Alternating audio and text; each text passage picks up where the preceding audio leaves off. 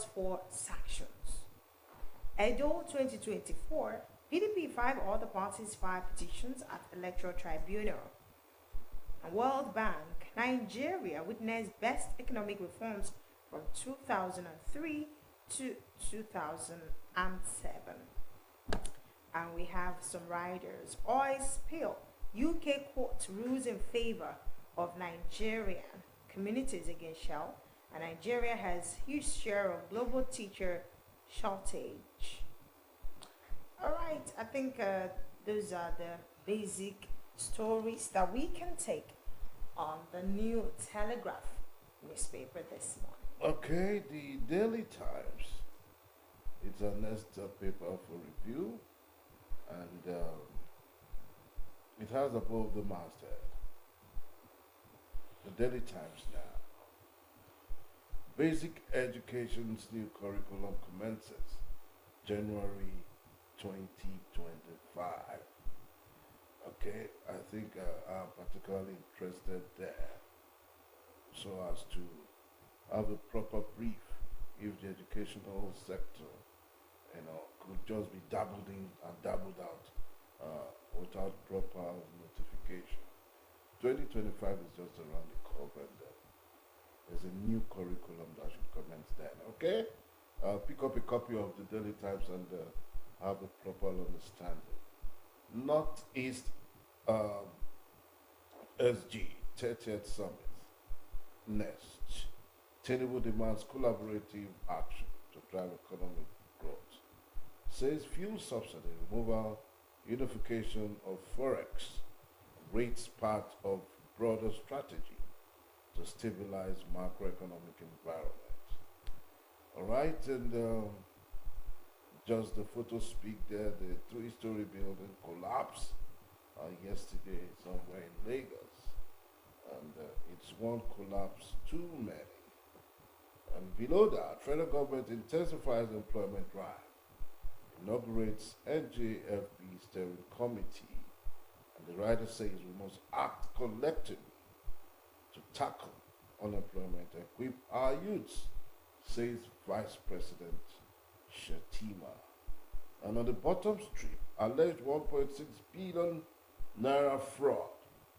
Ex-AGF, EFCC entered plea bargain agreement. Several innovations ongoing in banking industry, says CBN. Federal government to unveil robust IP protection framework for creative industries. And on that last note, NLC urges National Assembly to expedite modalities for minimum wage coverage. I think that's one story that also excites me because it's also talking about the economy. All right, let's move now to the Daily Trust. Daily Trust newspaper here. 15-year-old student sues education ministry. JAM, NEC over admission policy. Interesting. Says 18-year admission threshold discriminatory. We are not aware of case yet, says ministry. I like it. Nigeria boycotts AFCON qualifier after Libya ordeal, and over 2 million people displaced as 200 Kogi communities flooded. PDP governors meeting on Damagun's fate deadlocked. Picture here: Enugu safe city, leveraging local engineering to enhance security. And that's it on the Daily Trust. Yes, Daily Trust newspaper this morning. You can grab a copy. All right, the Guardian is our next paper for review. The Guardian, okay. All right, I'll take, we'll just go through the Vanguard since we have that column there. All right, Nigeria players stranded. Okay, Cup of Nations qualifier. How Libya held Eagles whole stage in disused airport for 15 hours. Yet you can actually see our Super Eagles stranded. Abiodun approved 77,000 naira minimum wage for Ogun workers. Arrest warrant. You must honor invitations from Senate.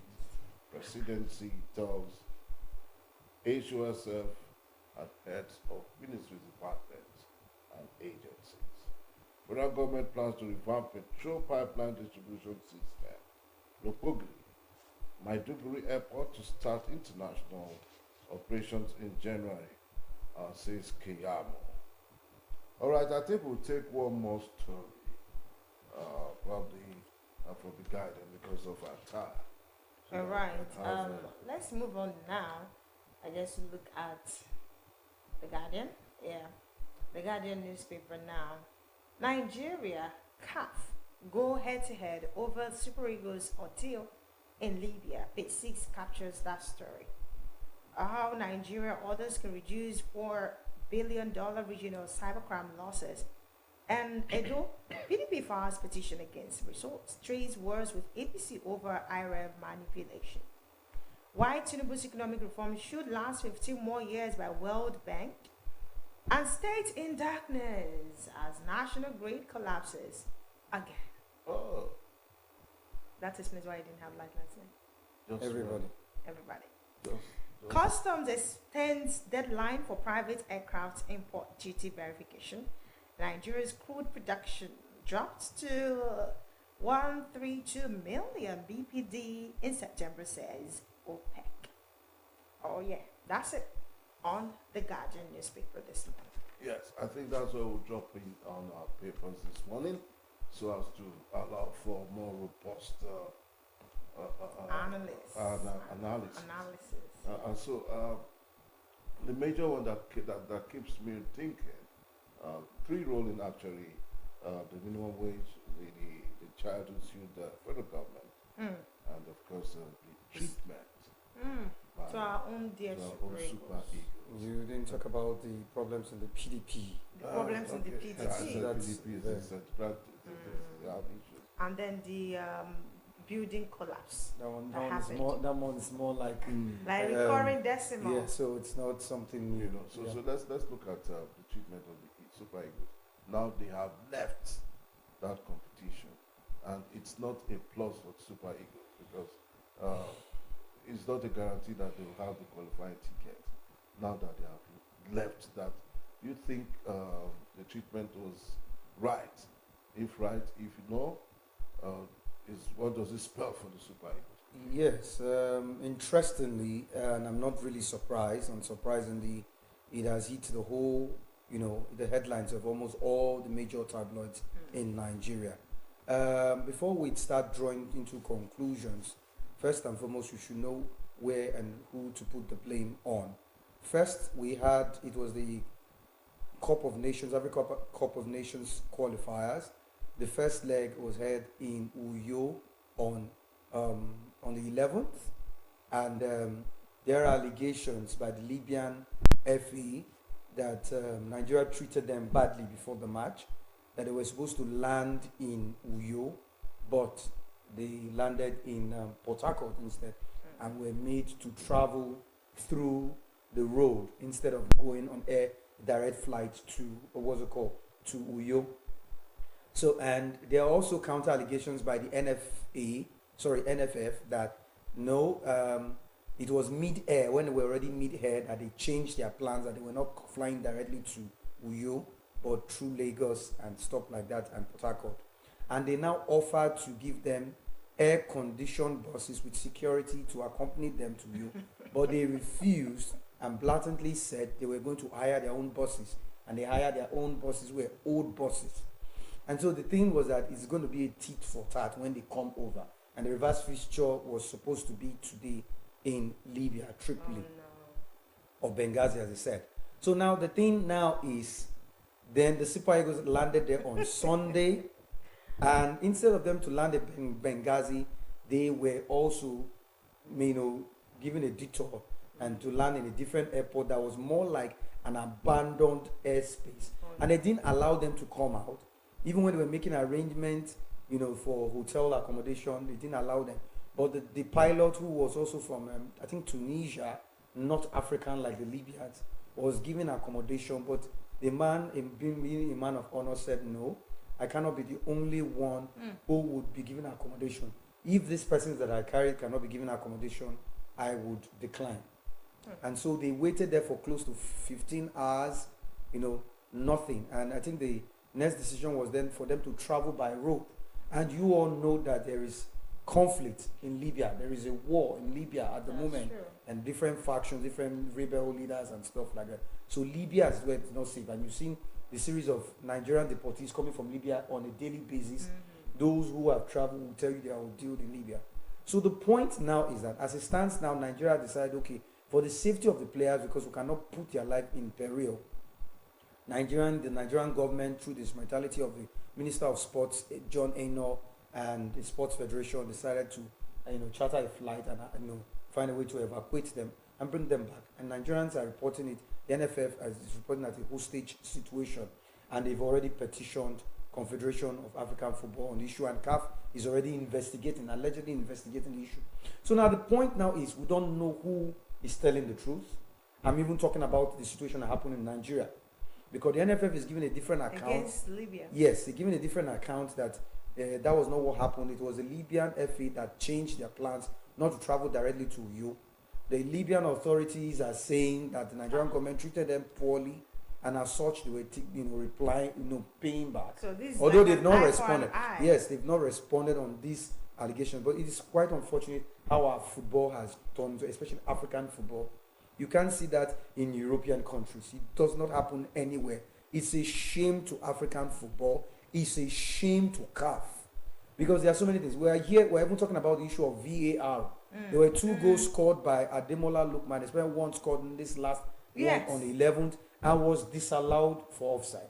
Ordinarily, what would have happened is that the video assistant referee VAR system was supposed to be in place to be able to look through, as it's done in other climes, like the Europeans are doing theirs now. They are having their qualifiers and all that, and look at the goal and see if it stands or not. Just imagine if that goal was the only goal we scored. That game would have been a barren draw.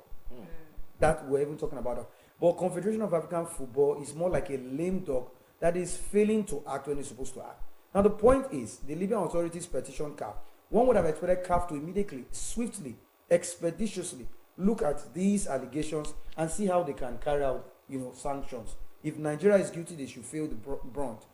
Now, the Libyan authorities have no right in any way, and it is very, very unfriendly, unsportsmanshiply to be able to repay whatever actions you think the Nigerians may have gone through. Because they even refused food. I was told they refused the food Nigerians even offered them.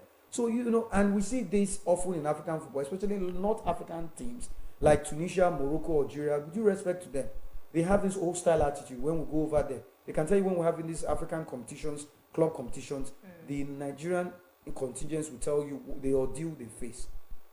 Now, let us also put another blame on the doorstep of the NFF.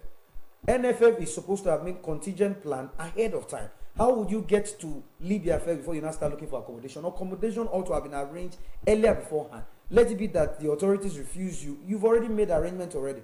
And you're not doing that. You're waiting for the players to land before you start making arrangements for hotel. So a lot needs to be done about our African football. It's a crying shame that we can have this in the 21st century. This kind of now the Nigerian national team has come back. And the rule says if you boycott a match, it will be 3 goals against you. So the Libya national team, as it stands, I don't see anything changing that for now. Libya, there's going to do a walk. They call it walkover, and that will be 3 for Libya, no for Nigeria.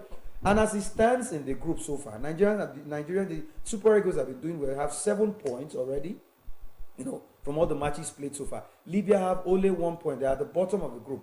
And we know their antics. Even when they came to Uyo, they were defensive. They did all kinds of all their shenanigans, delayed tactics, and the rest of it. At the end of the day, the goal came, and they weren't happy because they came with that mindset to frustrate Nigerians. So probably this is another way again to frustrate them. And obviously, if this is one of the strategy, it's not about how Nigerians treated them. It has worked because right now they will now have free 3 points in addition to that 1 point, making it 4 points, and it's really a shame. So I think the NFF need to put its house in order and ask itself. There's a whole blot in the escutcheon. It has to be cleaned on the NFF, on the inside the glass house. We've been talking over the years the issue of corruption and the issue of ineptitude maladministration and corruption going on in the glass house.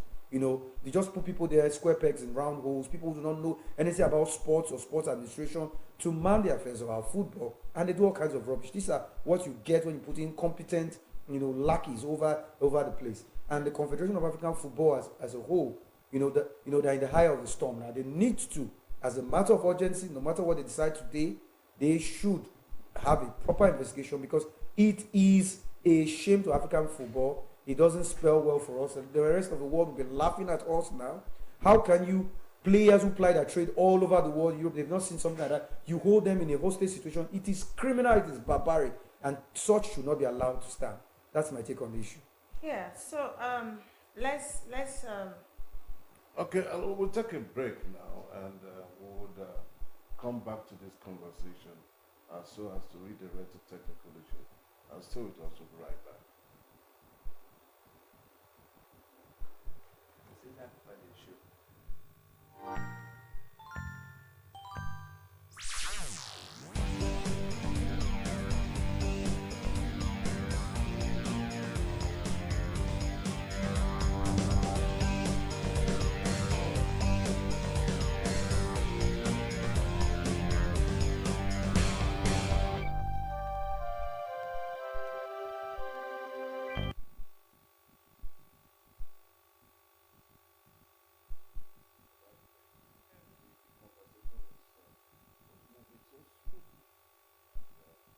To interject.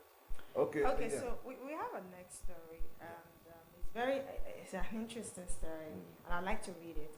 Admission age: 15-year-old SS2 student sues federal government over new policy. A 15-year-old senior secondary school student, Chinemere Okpara, has filed a lawsuit against the Federal Ministry of Education, the Joint Admissions and Matriculation Board (JAM), and the National Universities Commission (NUC) over the introduction of a new admission policy. Now, the announcement which sparked debate among students, and recall that they announced that candidates under 18 years old would not be allowed to sit for the senior secondary certificate examination or be offered admission into any Nigerian tertiary institution. And these announcements sparked debate among students and parents, forced the ministry to declare 16 years as the admission age into the Nigerian tertiary institutions. Chinemere, who is his SS2 student of Shaw Star Secondary School, filed the suit following his father, who is also a lawyer, Maxwell, at the Federal High Court in Abuja. So I can see where this is coming from, but then Because the father is a lawyer. yeah, but But so, apart from the father being a lawyer, I think it's well within her right as a citizen of the Federal Republic of Nigeria. It's well within the right of, what's her name, Chinemere? Chinemere. It's within the right of Chinemere or any Nigerian who feels his or her fundamental human right has been infringed to go to the court to seek redress. So there is nothing wrong in that. Whether the father is a lawyer or not, whether is the daughter of a peasant or not, she is entitled, she has inalienable right to seek for redress, for so we're to not redress focusing on for the fundamental Chinemere. human We're right. not focusing. I am saying she's speaking on behalf of millions of Nigerians who are not, who are averse to the new policy. Yes. We all know it's not a popular policy at this time. And don't ask me where I stand, because I know where I stand, but not every Nigerian stand where I definitely stand. The thing is, I for one, like I said the other time, I prefer a child. Don't rush a child. Let the child go through this proper process. For God's sakes, when we started in 6 years for primary one, by the time you're leaving primary school, you should be 11 years or so. So if you look at it at the end of the day, what the federal government is trying to do is trying to correct the anomalies of over the years. A situation whereby somebody who is in primary 4 skips class to JSS 1. Before he gets to SS3, the person is probably 15 or 14 and he wants to go to university. And you and I know that child, yes, may be mentally sound academically savvy, but the child is not mentally mature to face the rigors of the ivory tower. You know what I'm saying? The ivory tower is a brutal place. It is a food chain where predators prey on the little prey. Let's tell ourselves the truth. And that's In why we federal have and state universities. all universities. And that's why you end up having graduates these days who are just there. They just have this, they are academic prowess, but they are not, you could see them. The system doesn't pass through them. We know what we're saying. And because you want to belong, you see your mates who are much older than you doing certain things, and they laugh at you. They Jew, you are a Jew and stuff like that. You want to belong. Sometimes you want to even, claim what you are not. You want to belong to all kinds of things and do all kinds of things. And so it is expedient as a parent, you don't rush your child. Don't let your child miss their childhood. That's my personal opinion though. Some parents who think this way, they feel their children are so bright, why not push them? It is not right. Even in the UK and other places, you don't allow that. Ask those who leave Nigeria here and send their kids to begin there. There is a certain age limit you go to before you begin school. So why do we do this in Nigeria? So if the federal government is good about it, like I said, it is how they go about it. If they go through it through the normal process of passing through legislation, it is fine. That cannot be contested. And like we said before, it was just the Minister of Education apart said that issue, and that 2025, the educational policy is a curriculum go. And I told you the other time, when we were growing up, we're used to the 6334 system by the federal government. Then under, I think that's Babatunde Fafumwa as Minister of Education also then. And we know what it means. 6 years in primary school, 3 in junior secondary, 3 in senior secondary, and 4 in the university for those who are doing 4-year course. And we know, like those of our brothers who were earlier before us had 5 years before the 63, it was class 5 they did. And you saw the progression. But now you see kids, 14 years in SS3. What are you going to do? You see parents doing competition. And my child graduated at the age of 18. My child graduated. It's not about that. And that's what you give birth to. You see people now, you see doctors and stuff. Some of them don't even know what they are doing. Because it's not about what you read. It's not about the academic, prowess. It is about your mental state. It's about how mature you are. Let's tell ourselves the truth. So if I, as a parent, for me, I would not even allow any of my child to skip any of the class. No matter how, even if you are a genius, go through the process. And that's why most of the adults we have these days misbehave, because they miss their childhood.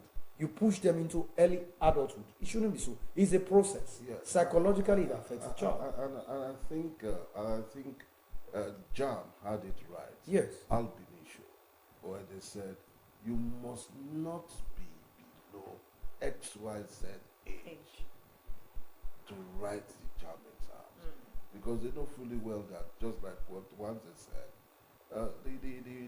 the towers, it's not really for children.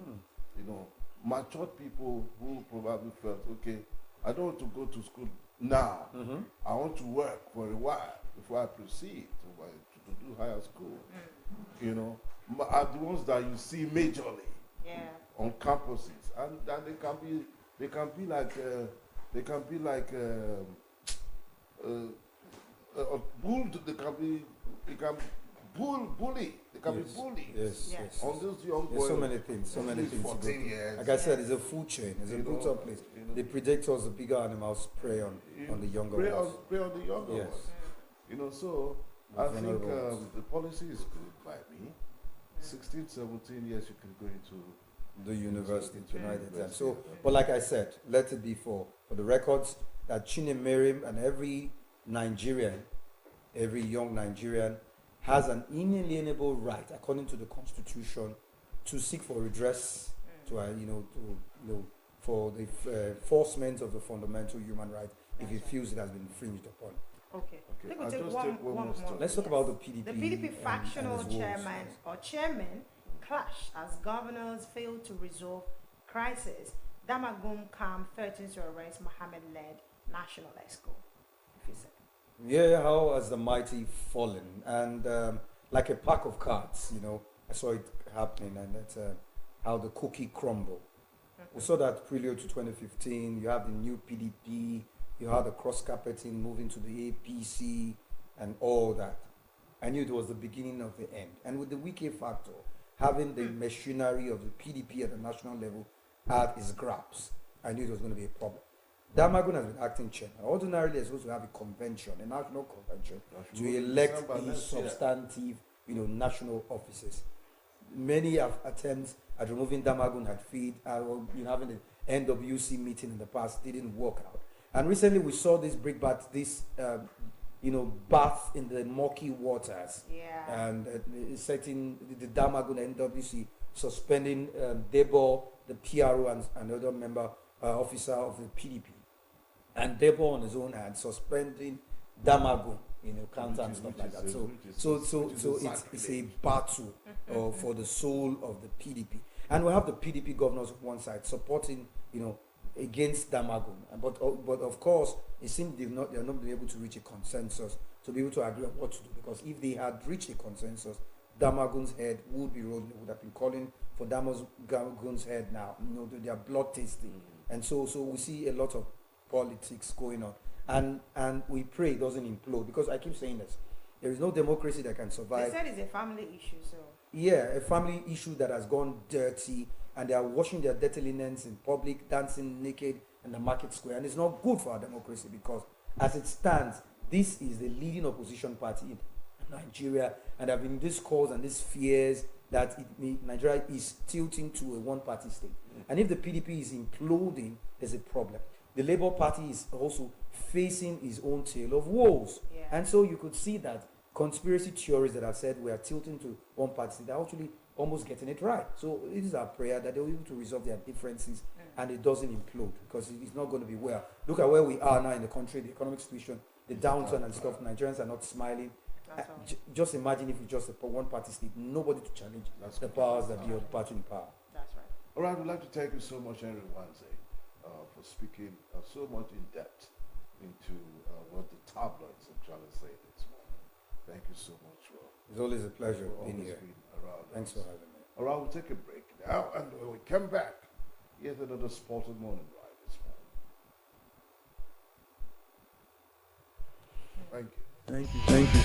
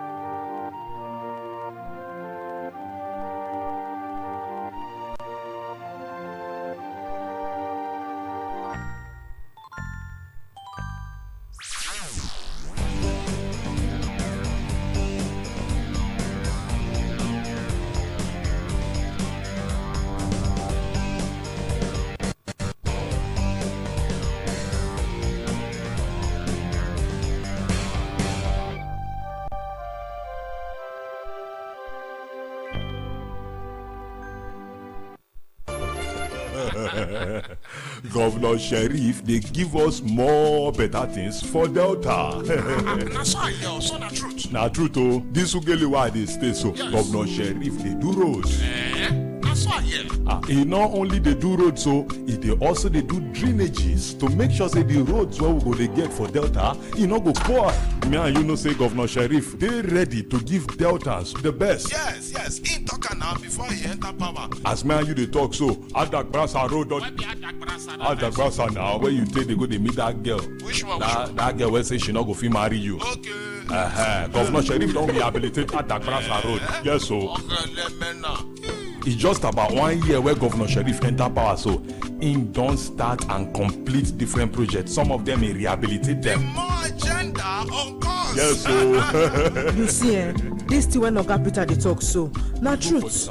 Just about 1 year in office, Governor Sheriff don complete different projects and he still dey do more. As I dey road dey travel the other day, I see am say Governor Sheriff dey do rehabilitation for Ohio Expressway, a 3-kilometer road. Now, no be only that one. Recently, when I travel go see my friend for Warri South, I come see am say Governor Sheriff him don do rehabilitation overlay of Ejegba community main road down to the roundabout. Na that one you dey talk. Me, I just dey come from Wariso. When I hear say Governor Sheriff they do flyover and say na Julius Berger I say make I go see with my eyes. Seeing is believing. I reach then I saw they look. I see and say Governor Sharif they construct flyover from PTI Junction to DNC roundabout. I said now wow, Governor Sharif just start. He go start with legacy project so. And he dey progress so even as we dey talk so. More agenda. Governor Sharif transforming Delta. This village wey so this road na Wagba village. We thank our governor, Governor Sharif, wey make the road better for us so we fit dey pass the road well now. Brought to you by Delta State Ministry of Information.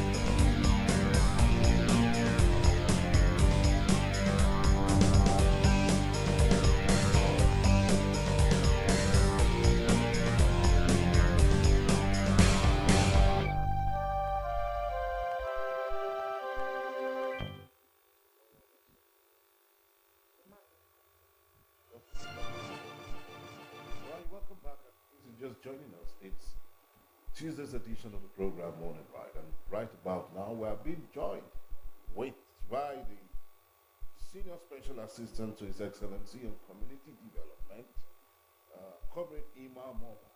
Welcome to our studio this morning. Thank you for having me. Yes, and we're going to be looking at the role of community development to nation building vis-a-vis the engagement of the community. Yeah, so can you just please speak to that component of our discussion this morning? Thank you very much. Yeah. The role of community development to every nation cannot be overemphasized. And by the grace of God, like you said, I'm a Comrade Engineer Emmanuel Momachuk. I'm the Senior Special Assistant to the Governor, Community Development. The governor is particular to give more to all Deltans, like everybody's already seen across the three senatorial districts, borders on infrastructure, borders on quality roads, borders on healthcare, and all of that. But that will narrow down a little on security because without security, there is no sustainable development. And that was what enabled my initiative to organize a program on behalf of His Excellency at my constituency, where I represent Eka South and Eka Northeast. Understanding that the issue of insecurity is becoming an alarming issue at the various communities. The local government chairman are doing their best, CSOs are doing their best, community leaders are doing their best, the Royal Highnesses are doing their best, but we need to start talking. We need to start talking to our people. We need to start enlightening them, because whether you like it or not, without peace, you cannot get sustainable development. Without security, the environment will be living with fear. Without security, you see that our farmers, both on livestock, both on agriculture, that's plant crops and all of that, will not be able to harness our activities. So that's exactly why myself as a person put together a one-day security summit that is scheduled to hold 2 days from now. What is the essence? You remember that when the governor came in with a small agenda, the immaterial of it, he said he will ensure that he enhance peace and security for community development to all Deltans. So that's exactly what I am trying to replicate, because as an assistant to him in that regard, I try to help to tell the people that yes, the government is not quiet about these security issues. And at the same time, we're bringing up a summit that has a strategic way to manage and mitigate these issues of insecurity as it borders on making sure that the community play their role. Because I think that so far so good, from my little assessment, I begin to see that communities are thinking that it's just the only police that has the role. It's only the law enforcement agencies that has the role to play on insecurity. No, because if we bring up strategies that could man surveillance, that could border on intelligent gathering, that will border on giving statistics of new entry, new faces, and strange moves in an environment, it will help us to check, keep the community in check. Because whether you like it or not, the government is all about public-private partnership. If government is doing their own, privates are also thinking of how to come in and all of that. And whether you like it or not, if government is, for instance, looking at the creek or looking at the community to keep development, and there is a sense of insecurity, there is no way that any contractor will be able to go there. There will be rural to urban migration, and when that happens, you begin to see that that environment becomes sparsely populated, and before you know it, the development will start dying there, and that is not what the Excellency the governor represents. So I've gone around the traditional rulers to the best I can, stakeholders the best I can. I think a lot of them are excited that yes, of a truth, we want to start talking to engage stakeholders on how we can mitigate and manage this security. We're not saying we'll eradicate it totally, but we're saying that when we bring up both technical strategies, bring out intelligence strategies, bring out the security strategies, at the end of the day, put them together, it will help to a great extent to enhance. Because what all of this is particular about is sustainable economic development. Okay. Because if the government means well and the environment is not friendly, then that there will be a disconnect. Okay. So I'm glad that you mentioned one of your thematic areas, which is security, which is also very important in a society, because an economy cannot thrive without people having that feel that they are secured in everything that they do. Now, I also want to believe that you have other areas that you're working on. Maybe after this particular one you have on ground. Now, I know that the role of community development is also to work with the communities. So how are you going to work this out? Because sometimes, security is fine, good. Is that the need of a community? So what are you going to do to identify their specific needs or specific needs of communities that you are in charge of? Yes, first of all, I have a boss in my office who is a special advisor on community development. His name is Ambassador Dr. Tony Abolaja. And by the grace of God, he has always told us that it's our role to interface with contractors and local activities going on. I want to talk about infrastructure, for instance. If, for instance, the government, I am so happy the way the government is going about making sure that its projects are sustainable, which a lot of you are aware of. If, for instance, I live in a castle in Agbo, Nisemraro, and I am seeing the project of His Excellency going on, I should be able to interface with the community leaders, the community youths, to tell them, come, ensure that this job is sustainable, ensure that this job meets the standard. That is one of the responsibility. Away from that, we interface. Away from that, we interface with President Generals, Okay. who directly gives us feedback on what and what not. Okay. Some time ago, the special advisor of the office engaged with all the president generals in the state, where you have Prince Ikwe as the state chairman. And at the end of the day, the interactions was very mutual, and there was assurance that we will begin to talk. But let me tell you, like we said, community development borders on quality education, Right. community development border on good road, community development border on healthcare, quality healthcare, That's true. as it were. So it's also our duty to interface with relative agencies to ensure that, because we are, irrespective of the fact that we understand that we are not expected to also cross our bounds, there is also a responsibility to supplement or complement efforts of government in that area. If at the end of the day the youths are doing well in area of self-community growth and development, it's also a very good one. So that is exactly what we interface. But me, I believe that in an environment where you have peace and security, a lot of all of these that I've just mentioned will strike. That is exactly why I came with that first initiative to engage stakeholders. Let's begin to talk to ourselves, because at the end of the day we'll get a resolve, and from our resolve we'll take it up to the to everybody, both the government, corporate and private individuals who are in business, who I know that are passionate to see that we get a solution to ensure that the environment begins to be sustainable, both in the Agbo area, the Owa area, and its environment. Yeah, thank you so much for speaking to that conversation. Security is everybody's business. True. And between you and I, one major aspect that has been more of a menace has to do with the headsman and the kidnapping, which has become very prominent in Ikala. Not only Ikala, it also cuts across up to Ughelli, down to north, down to south, and all of that. Your team for your summit has to do with the menace of headsmen, kidnappers in Ikala, a strategic way out for community development. But ultimately, at the end of the day, after Thursday, what are we looking at? Yes, Thursday is a program. Like I said, 2 persons were critically approached to make you understand the importance of the engagement. It's not an engagement of jamboree or just come on, let's gather. No. With the effort of Chief Jeffrey Ansaba, who is the special advisor to the governor on livestock and ethnic relations, we engaged Professor Dan Lalente. Professor Dan Lalente is a professor of intelligence and security and also a visiting professor to the Nigerian Defense Academy.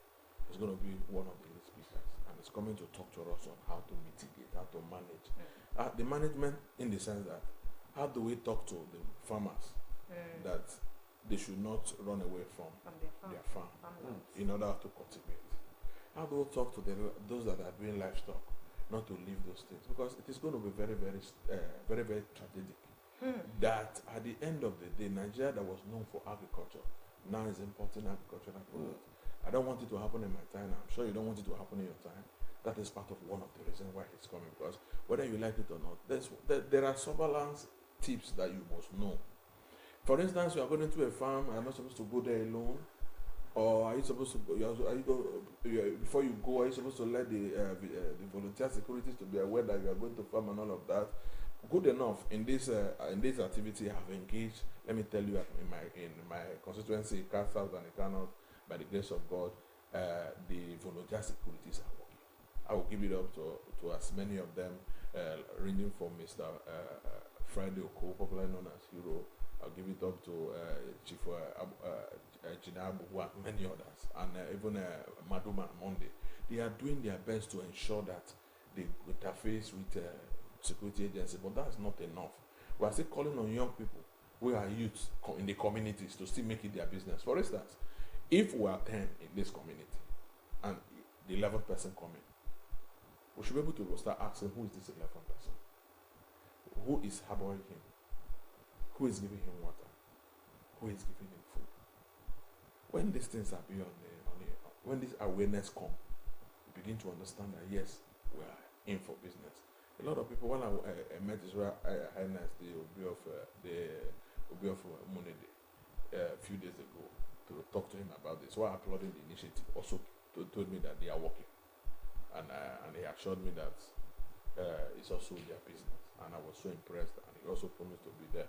So security, peace and security is a bedmark of any sustainable economic for community development. So that's why we are looking at that. He's going to come to talk about security in total. Even to the security men, he's going to lecture us, lecture them. Non-security men is going to lecture them. The volunteer security is going to lecture them. Then for vigilantes, anti-cult, is going to lecture them. Then farmers. Those are which is for crop farmers, livestock farmers. They're going to talk to them. So that, and these are delegates, president generals, community leaders. They're going to talk to them. Of just the ICA South in Ikano. Okay. Because that's my jurisdiction for now. We could recommend Are you afterwards. hoping to extend Yeah, that's exactly your hand of fellowship? in the course of progress. At the end of the program, it's part of our recommendation that we'll make it to go across. Because whether you like it or not, when you start talking, and these criminals are aware that you are talking, and when the criminal is moving and is looking at his back, you're already getting your solution. And that is one. Then another professor will be talking to us. He's an expert that I know you know him. He's a young man, a professor at his prime. No other person than Professor Engineer Hilary Wama. He's a professor of civil engineering and also an IT expert. I'm sure that he's going to leverage on how we can technically manage insecurity. Because me, I'm also a science person, and I know that it's possible for us to begin to look at the drone technology, whereby CCTV technology, whereby something can be mounted into the forest or into the bush, Right. and at the end of the day, the security agencies, the traditional rulers, and what have you are being given the tips. You know that there are security devices that you can talk you can talk here and you hear it in USA. It's possible. So there are two strategic persons that are coming to talk to us, because we're not just coming there to learn. I'm coming there to also bring out a position, bring out a solution, bring out a recommendation that at the end of the day, we'll not pass it to both the government, both the corporate, and both the private individuals who are particular to see that this thing happens.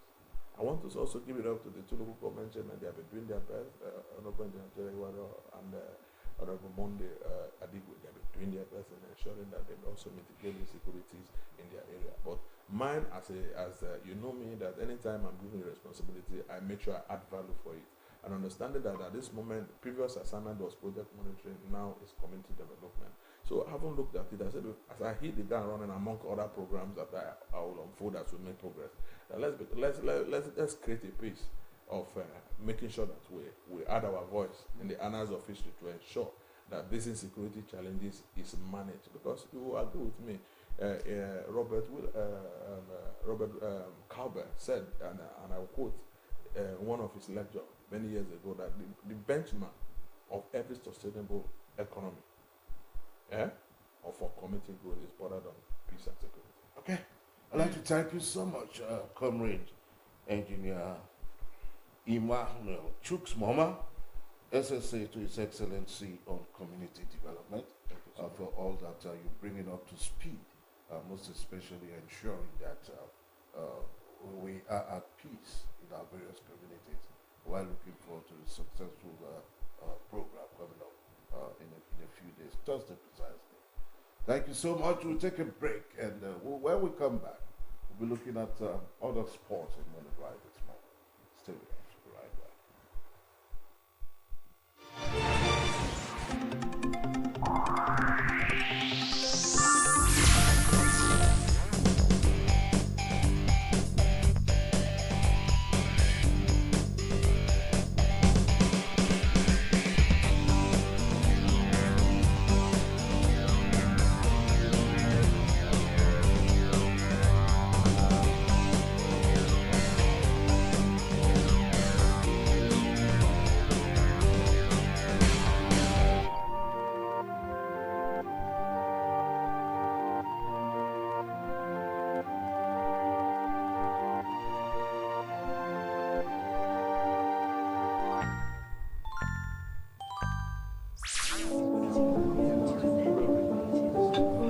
Let's go!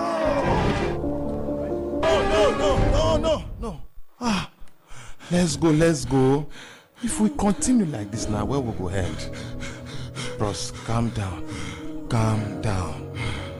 I know say it be like see all of us the verse now, but more will not say any damage what we they cause now to our own state. And when we talk about our own state, we they talk about ourselves, about our family, our fathers and mothers, our wives, brothers and sisters, even our children. If we use our own hands scatter what we get as our own, now where we go call our own again? Na truth e talk o. After all, Governor Sheriff, he don promise say go do more for Deltans. Now wetin make us come dey fight now? When the our guy dey talk so, e make sense. You see am now. No be lie. We need peace today so that we go fit experience the more agenda. Meaningful development for all. But where there is no peace, there cannot be prosperity now. When they fight, they prosper. No need for the fight. Now peace and unity. Now we want. It takes peace to experience more. Together in peace and unity, we will experience the more agenda. Brought to you by Delta State Ministry of Information.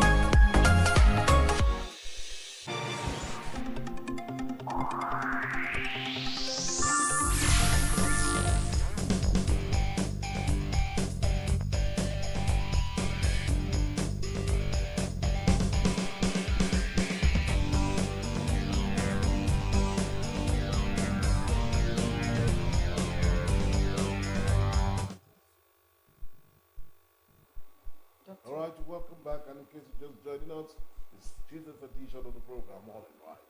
And we are that spot where we actually are looking at all that transpires around the global space. Today is the World Hand Washing Day. And joining us in our studios right now, it's the woman who can actually speak to the component, Dr. Idote Amy. Yes, she is the state IPC focal person. That's infection prevention and control focal person, Delta State. Welcome, doctor. Thank you very much. Good morning, Delta. You're looking bluey.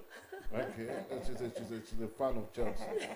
Okay, Okay, yes. Doc. So today is the World Global Hand Washing Day. Yeah. Can you speak October to that 15. quickly? Okay, so today is Global Hand Washing Day, and it's usually celebrated every year on October 15th. And this year is a special year, and this year we're going to be talking about why clean hands are important. And we're hoping that from this discourse we'll be able to say so much about hand washing, something people know, but are you really washing your hand? That is the question.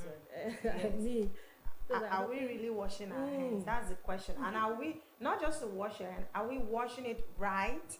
So I recall that in 2020, the COVID-19, when it came, we had sanitizers, different types came out, and then we were washing our hands often. But I think that the culture has gone down the drain. Exactly. So right now, we don't even have... What you now have a broken down... You're right, exactly. Some are there, but they're no longer functioning. No, which is not supposed to be. Which is not supposed to be. Yeah. That's a culture. Should we wait for COVID-19 to come? God forbid. Because even most offices that had tubes, before you step into the office, you saw workers going there. They just walk past it. And people walk behind it. Yes. And that was one of the barriers we have to people. So speak to us about that. What has changed and the way forward? So you know that, before COVID, there was... infection prevention and control has been on for years, but COVID kind of like opened our eyes to the weakness in our health system and people's habits and all that. And what we realized is that because of fear, people didn't want to die. Then we had this notion that people were going to be dropping on the street. So anything to save life, we were ready to wash hands. But what people don't know is that washing hands, we should still be happy that we should continue because it still saves life, whether we have COVID or not. Every day, Nigeria is fighting with different diseases, epidemics, which can be prevented by that simple act of hand washing that is very effective. Wow. And so maybe because people just feel, I wake up in the morning and move about, you don't know that your hands carry so many diseases which you can transmit. When you go to the office, you greet your colleague, you're transmitting something. You go to the market, you buy something, you don't know you're picking up something. When you come back home, you don't wash your hands, you greet your children. Oh, mommy, what did you bring back for me? You bring out different diseases, that are your hands. And we don't know that we transmit so many of these diseases when we do not wash our hands. So we are hoping that from this day celebration, it's a day just to remind us, and it's supposed to be like an advocacy. Everybody, wherever you are, in the hospitals, at home, in the workplaces, in the communities, please always wash your hands. Always wash your hands. Don't miss any opportunity to wash your hands. When you leave your house to come to work, first thing you must do is wash your hands. When you finish doing what you need to do, you wash your hands. You greet your neighbor, you wash your hands. Of course, I don't need to tell us that when we use the toilet or before we eat and after we eat. Even after you rate it, especially for the men. But you have to wash your hands.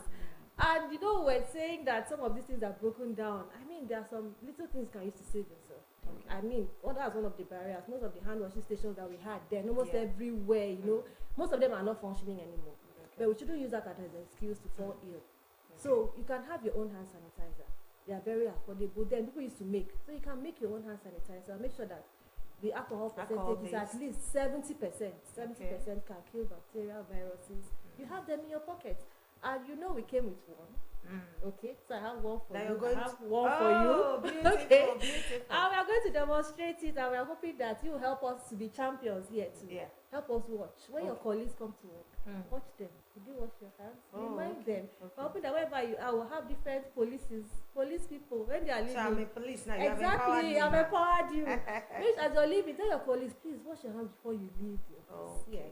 Okay, so before we get to the hand sanitizer part, I understand. I said it earlier that some of us are washing our hands, but we're not washing it properly. Exactly. So there's this. Somebody said something. I don't know. I read it that when you're washing your hands, you wash it under a running water. Exactly. Some people don't have something to running water to wash their hands. You're right.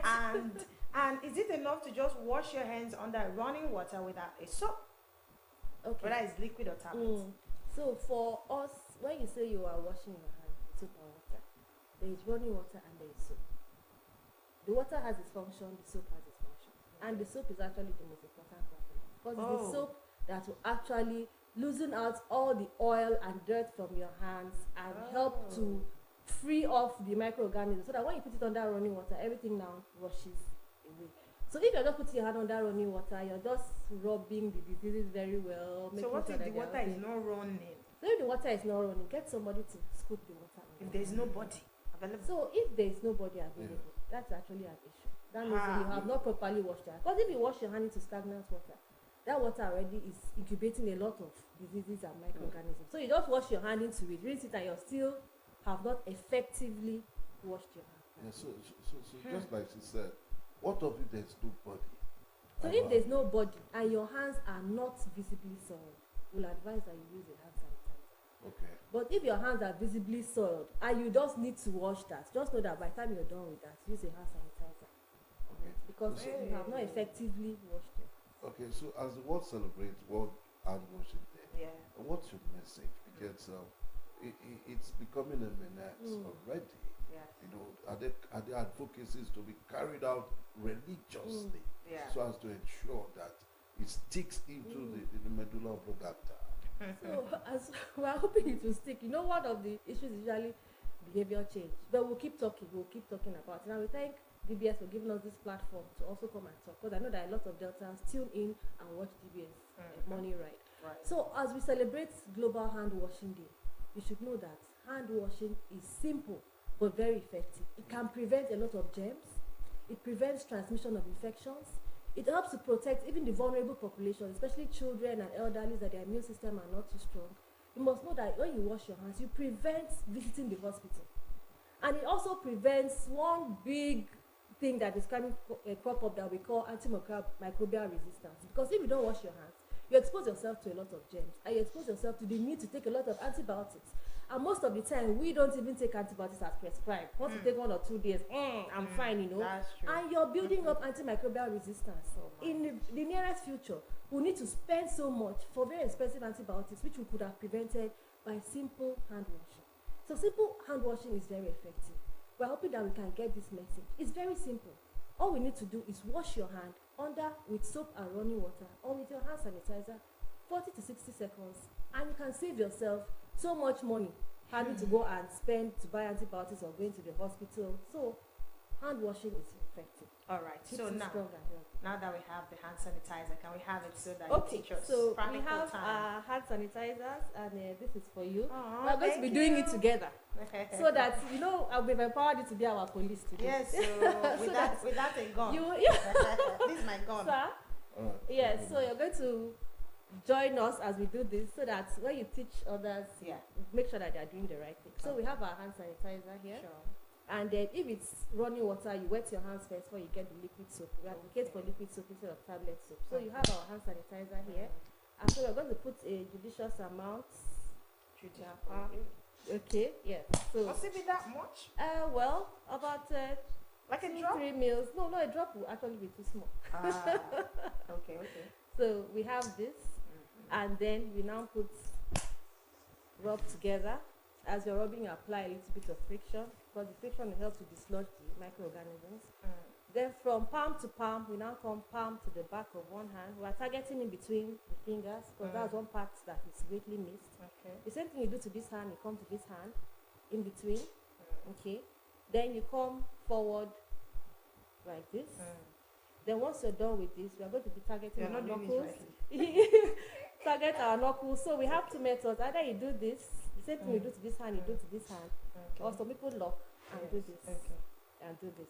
Then your tip of your finger. So women that fix nails, So what will you happen to cannot us? effectively. So tip. Then after the tip now, we now have our wrist. It's quite a process. Then usually one of the most forgotten parts, our thumb. So you must do that, and you must do that. And you can say, I have effectively washed my hands. Thank you so much. And then you wait for it to dry. Yes, no, since it has sanitizer, it usually dries Dries up. dries And up. you don't forget to just do like this and Okay, sanitize your face. All right, we'd like to thank you so much. Thank you so much, Dr. Eni. Yes. Thank you so much, Dr. Eni, for bringing us up to speed as we celebrate the World Hand Washing Day. We'll take a break and we'll come back to be our last spot on Morning Drive this morning. Stay with us.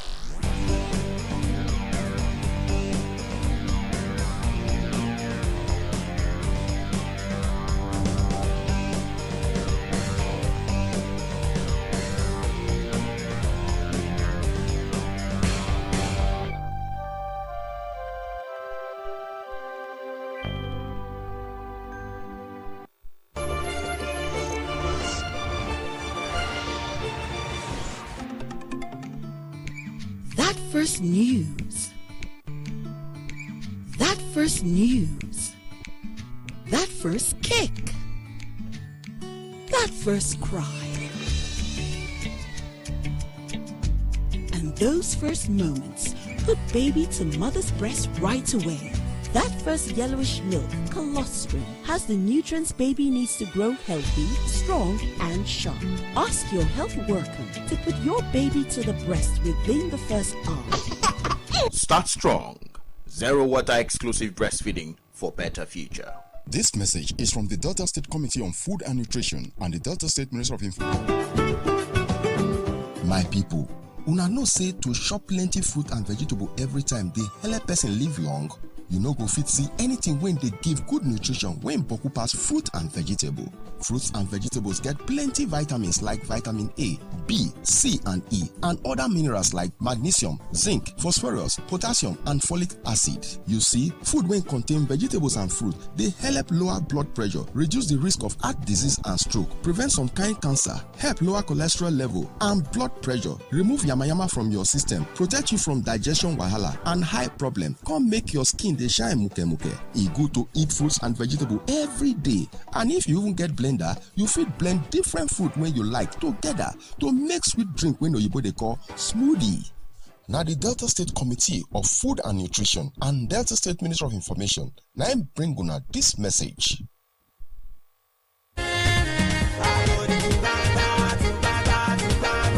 It's hot. It's something new. It's Event 360. Are you a minister of the gospel, a co-proprietor, a producer, corporate body, a financial institution, small and medium enterprise, NGO, or are you interested in owning a business of your own and running it successfully? Then join us on Event 360 every Sunday at 7 p.m. on Delta Television, channels 25, 41 and Star Times on channel 115. Event 360 is designed to showcase your social events as well as to advertise your goods, services and ideas from Monday to Friday, with presentation on Sunday at 7 p.m. For sponsorship, event coverage and participation, please call Tony on 0803 406 4079. Grace on 0806 974 8133. Event 360, a platform for all-round participation. Join us.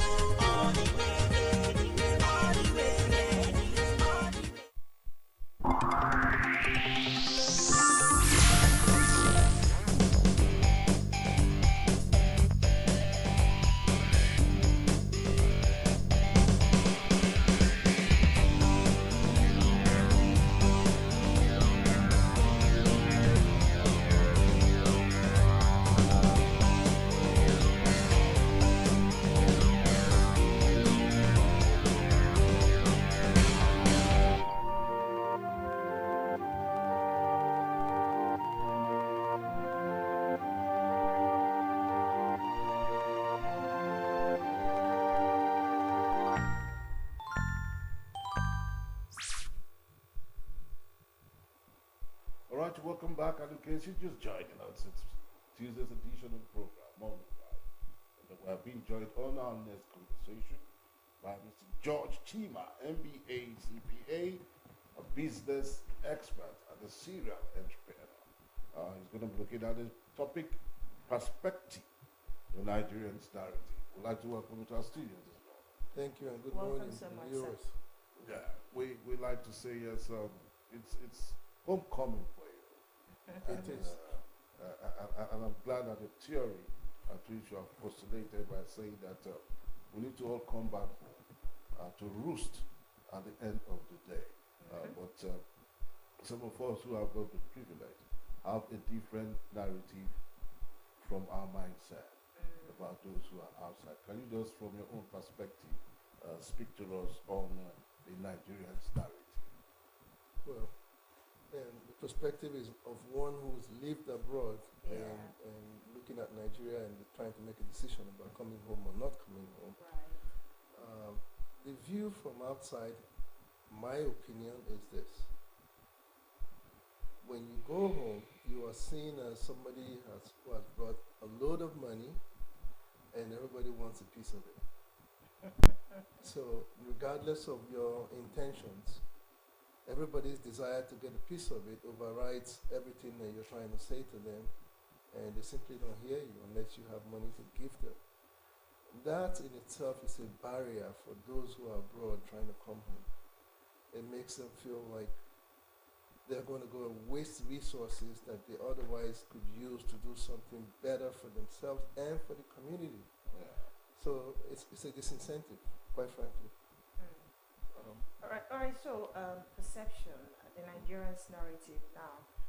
We have some of our Nigerians, some like you, who've lived abroad or who are currently still living in abroad. abroad, and then they have fear of coming home, just like you just mentioned, but a few. And there are some challenges or impacts that it has on our economy, because the truth is, if they don't come down here, some of the projects, for instance, personally, that you would have loved to take up to erect here some structures or infrastructures, you may not want to bring it down here because of the mindset of the people. It could be your kindred or even your members of your family or communities. So what do you think are some of those impacts that will affect us as a nation? The bottom line is that it is negative, negative, negative, and I speak from particular personal, specific experience. 18 years ago, I came to Nigeria after a conversation, for 2 years conversation with Obasanjo and a few other people, and I invested in 2008, I invested $2.5 million in Nigeria. Within 3 years, I was down to zero. Wow. Because your relatives, your employees, whoever you bring into the business, they look at it and say, this is my opportunity to eat. They don't see it as our business that we can grow and go from 5 employees to 15 employees to 20 employees and affect GDP of the area and in turn the country.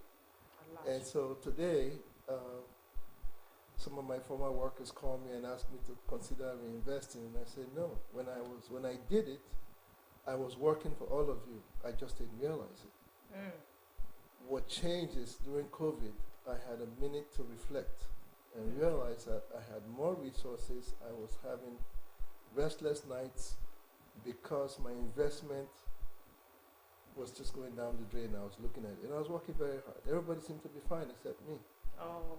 So after COVID, I chose to shut down the business, and I've been better personally, but the local economy in the area where this business was set up is now down. And the people that used to work for me sometimes call me for assistance, financial assistance here and there, but which did not happen before because they made a living. Now the business is shut down. And of course the impact is negative to the local community and effectively the larger community and the country. Okay. I'm not alone. I had people trying to discourage me when I made the decision to come. Well, today I will not discourage anybody from coming, but I will encourage them to pay particular attention to things that I now know I didn't do. Okay. One of the things is you set up a business and you hire and you entrust individuals to do their jobs.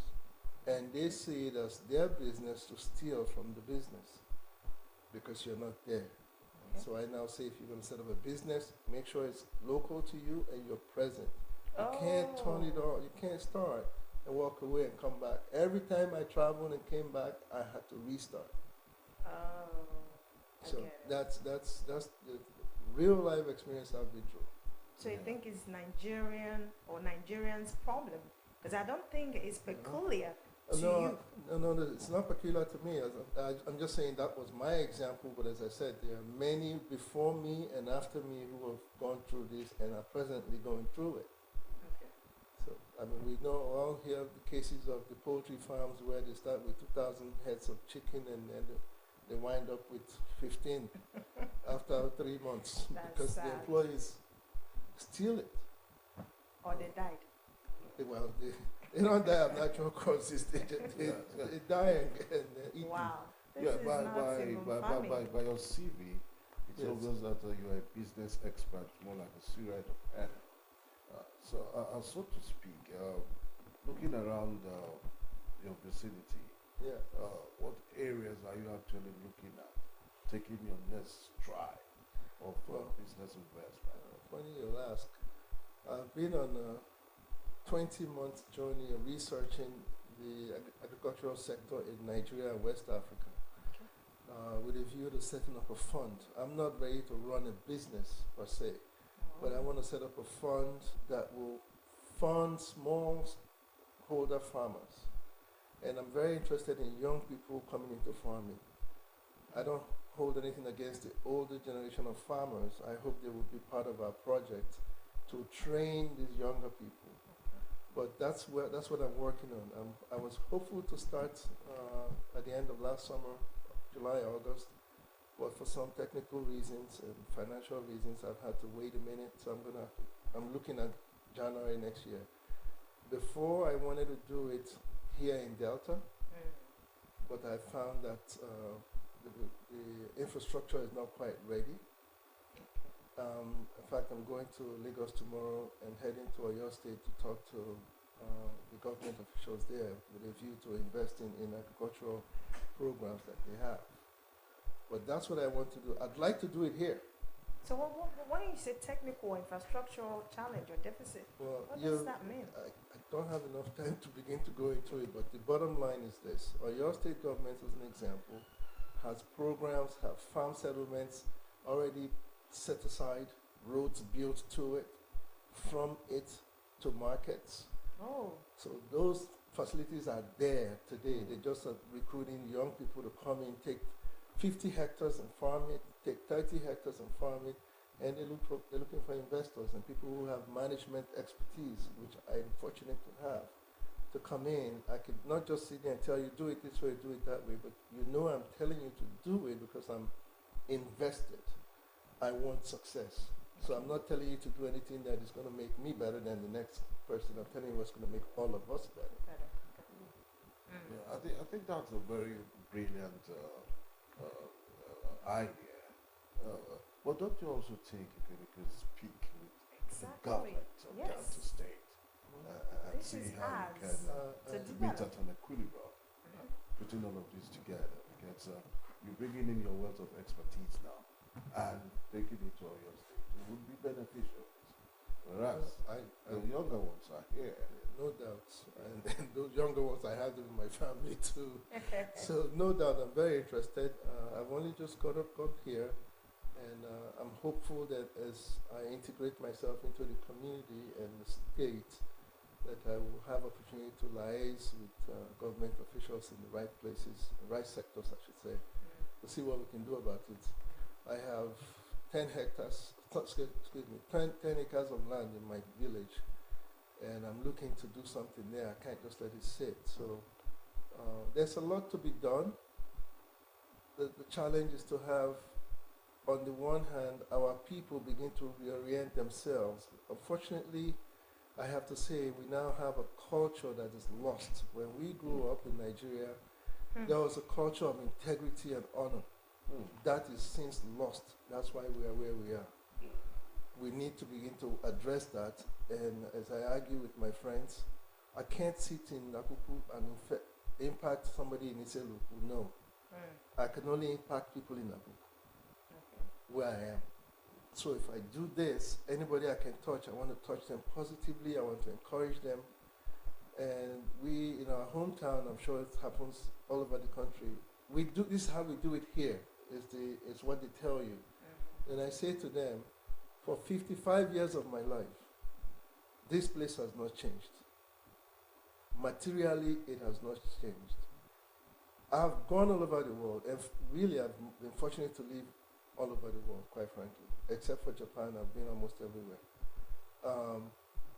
The things they do, the way they behave, which I have adopted partly, is the way I move. I'm not going to do what you do because you've been doing it for 50 years, 55 years. I don't see positive change. So I'm not going to go your way. I encourage the young people. I don't waste my time with old people, people my age. I really don't waste my time with them because they're not going to change. They have no incentive to change.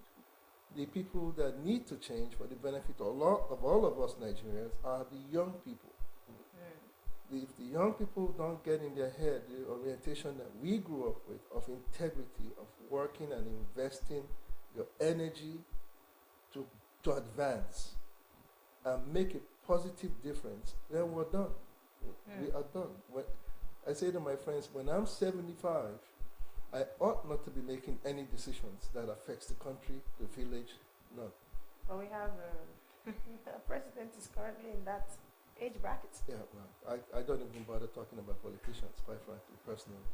I worry, as I said earlier, I worry about people around me. If people in Akuku learn to reorient themselves, Atuma will pick it up, Olona will pick it up, Iseluku will pick it up, and it will grow there. If we don't, if I can't even affect Oshimili North. Why bother? So I can do something in Akuku. That's where my focus is. Yeah. So I just want you to share your thoughts on this particular one that I want to ask, because I feel like sometimes I don't know if it's true. Poverty mentality is what is causing some Nigerians to begin to maybe envy those living in the diaspora, judging from the fact that when they come back with so much affluence, their skin is so fresh, because we perceive them that, oh, they have everything working for them. But here, our system has practically failed us. So how do we now have a rejig of our mindset? As I said before, I've been making this argument for quite a long time. I grew up poor. Oh, you did? I grew up poor. I didn't come up from an affluent family. I was an Agberu in Ajegunle, Lagos as a boy. Wow. I was a security guard in America as a college student. I was homeless for 5 months in America. So I have the authority, the experience personally to talk, say the things I said. If you don't have integrity, you haven't started. See what we've experienced. When I was president of our Nyama Association in Dallas, and throughout my states in other parts of the US, we have this particular problem that started in the 90s. Nigerians come in, 50 come in, 5 are going to go to school, the other 5 are going to learn trades. You will never hear about them doing anything negative. The other 40 are somehow scheming, all negative. They take advantage of individuals, they try Nigerians, then they migrate to other people living in the community. It's because we don't have the integrity. America is a place where whether you're legal or illegal, if you have the work ethic, you will make it. If you don't have the work ethic, you continue the same paradigm that you've always had, and you're not going to make it. Poverty mentality, that to me it's a new thing that we're talking about in Nigeria in the last maybe 15, 20 years. When I grew up as a boy, poor in Apapa in Ajegunle, I did not know anything about poverty. I knew we didn't have enough to be affluent. But I didn't feel like because I missed lunch, then I must go and do something negative. I didn't have that feeling. I never did. People coming to Nigeria, we have to be very careful. Our young people especially have to be careful. Ask yourself, the person that came that looked so good, promised you heaven and earth, went away after 10 days. 3 years later, have you heard from them? Have you seen them? Do you know what's happening? You won't hear from them. You won't see them because most borrow money, save a lot to make that 10-day trip if they have a regular job. 10 days is your vacation. Unless you're an executive, you begin to approach 21 days on a month. Wow. When you come here 10 days, they barrage you. You tell them, I'll do this for you, I'll do that for you, just so you can have peace. When they get back, the first thing they have to do is work, make money, and pay back the money they borrowed to come on their last trip before they begin to consider planning for the next trip. That's why you see people in a 4 or 5 year cycle going and coming. That is the truth. If you make $10,000 in the US in salary a year, and you can save 10%, you're better than 90% of the population. Wow. Unlike Nigeria, every penny you make, you are taxed. Local, state, federal. You can't drive a car without insurance. You don't even have the money to buy the car in the first place. You get a loan. In America, right? Yeah, of course. Okay. You got to pay for it every month. So you receive $200 a month. You're going to spend $190 taking care of everything, including feeding yourself. If you're lucky, you can save 10. So you're saying that we, Nigerians here, are you saying we're better off? with our system. No, I'm the way it's addressing working? the notion that everybody that Okay. comes from America has a pot of gold behind them, and that's why they look fresh. Okay. No. So why they- do you people look fresh? I don't know that we look fresh. Quite You frankly. don't know we see it. I don't know. Well, what the perception here is that we look fresh. But if I compare myself to even the laborer in America, I don't look much different. So, is it climate? I think it's climate. That's it. We have to look at and ask questions. But the notion that the person that walked in because they're wearing a clean shirt and trouser, then they're not dirty, does not mean that they don't have issues. That's right. That's right. We all do. We all do. It's a matter of your mindset. I don't believe that any human being has a problem that is not at their level.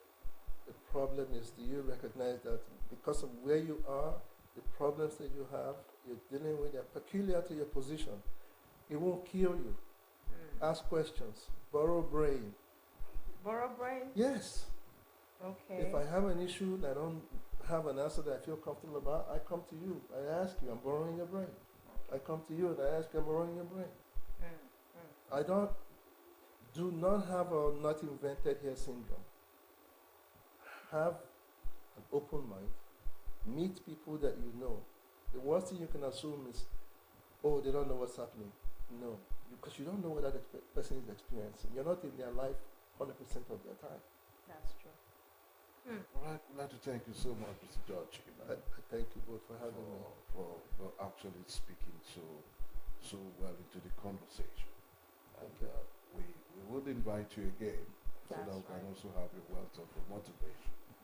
Appreciate it. Looking at it from this the business perspective. Thank you so much. Thank you. Yes. Thanks for having me.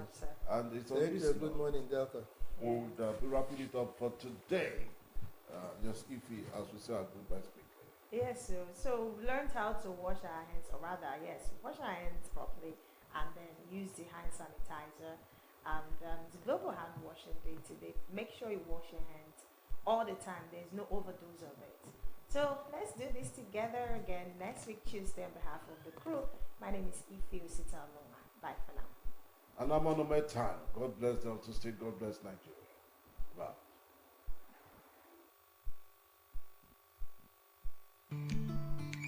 That first news, that first kick, that first cry, and those first moments put baby to mother's breast right away. That first yellowish milk, colostrum, has the nutrients baby needs to grow healthy, strong, and sharp. Ask your health worker to put your baby to the breast within the first hour. Start strong. Zero water exclusive breastfeeding for better future. This my people, una know say to chop plenty fruit and vegetable every time dey help person live long. You no go fit see anything when they give good nutrition when boku pass fruit and vegetable.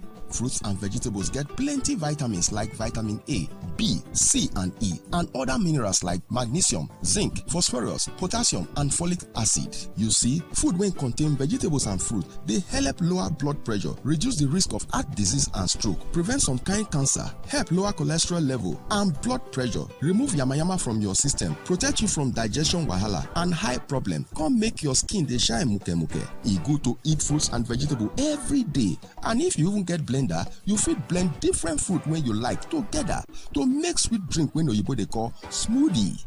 Now the Delta State Committee of Food and Nutrition and Delta State Ministry of Information now bring una this message. That first news, that first kick, that first cry, and those first moments put baby to mother's breast right away.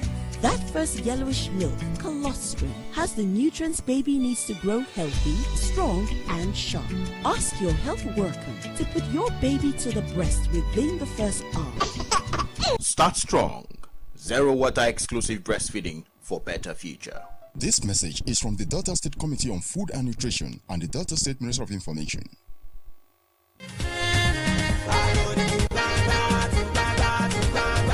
It's hot. It's something new. It's It's Event 360. Are you a minister of the gospel, a co-proprietor, a producer, corporate body, a financial institution, small and medium enterprise, NGO, or are you interested in owning a business of your own and running it successfully? Then join us on Event 360 every Sunday at 7 p.m. on Delta Television, channels 25, 41 and Start Times on channel 115. Event 360 is designed to showcase your social events as well as to advertise your goods, services and ideas from Monday to Friday, with presentation on Sunday at 7 p.m. For sponsorship, event coverage and participation, please call Tony on 0803 406 4079. Grace on 0806 974 8133. Event 360, a platform for all-round participation. Join us.